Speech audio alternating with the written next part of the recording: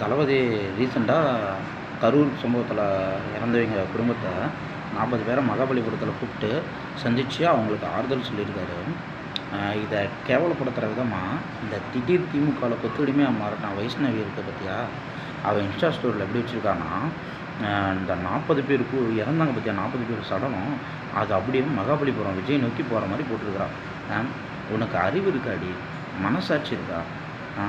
இந்த மாதிரி நீ கேவலமாக எடிட் பண்ணி போட்டிருக்கிற. அந்த குடும்பம் இதை பார்த்து எவ்வளோ வேதனைப்படுவாங்க, அவங்க எவ்வளோ கஷ்டத்தோடு அவர் போய் சந்திச்சுட்டு இருக்காங்க. அவங்கள அசிங்கப்படுத்துகிற விதமாக நீ இப்படி போட்டிருக்கிற. நீலாம் படித்த பொண்ணு தானே, உன் குடும்பத்தில் இந்த மாதிரி யாராவது இறந்துருந்தா நீ இந்த மாதிரி போடுவியா? உன் அப்பா அம்மா அண்ணன் தங்கச்சி யாராவது இந்த மாதிரி இறந்துருந்தா இந்த மாதிரி நீ அவங்க இறந்த சடலம் அவர் போய் பார்க்குற மாதிரி போடுவியா நீ?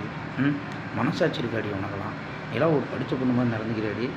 இப்படி 200 ரூபாய்க்காக இப்படி வேலை செய்கிற நீ முழு கொத்தடிமையாகவே மாறிட்ட. கேவலமான எச்சப்பிரிவாக மாறிட்ட நீலாம். ஒரு பொண்ணுக்கான ஒரு மரியாதையே இல்லை உனக்குலாம். கேவலம்.